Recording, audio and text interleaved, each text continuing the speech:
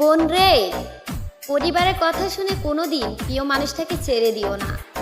যদি পরিবারের কথা শুনে প্রিয় মানুষটাকে ছেড়ে দাও, তাহলে দেখবে তোমার ভালোবাসার জায়গাটা তুমি নিজে হাতে নষ্ট করতেছো।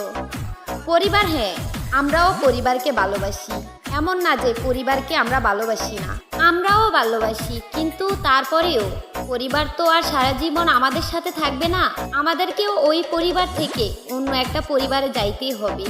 পরিবার মেনে নেবে না 1 মাস 2 মাস, 1 বছর 2 বছর, কিন্তু ভালোবাসার মানুষটা যদি তুমি ছেড়ে দাও, তাহলে 10 বছরেও তুমি তাকে পাবে না।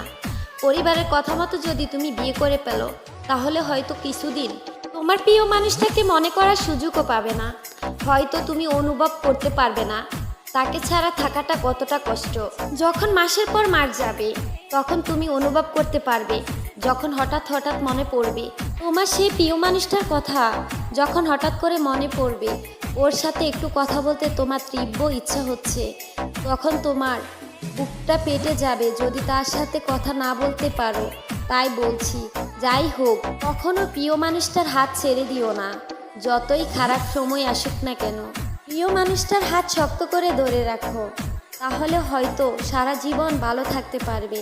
মানুষের টাকা পয়সা বাড়ি গাড়ি দিয়ে কি করবে? যদি মন শান্তি না থাকে, হয়তো টাকা পয়সা দিয়ে তুমি সব পাবে, কিন্তু এই মনের শান্তি কখনো কিনতে পারবে না।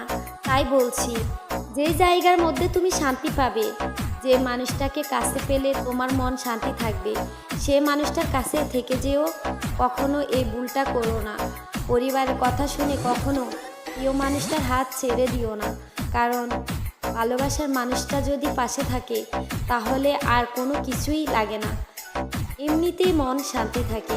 তাই বলছি, যদি শান্তিতে থাকতে চাও, তাহলে ভালোবাসার মানুষটার কাছে থেকে যেও।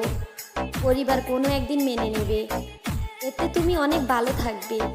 যাই হোক না কেন, কোনো দিন প্রিয় মানুষটাকে ছেড়ে যেও না, তাহলে কষ্টের পাহাড় তোমার অনেক বেড়ে যাবে।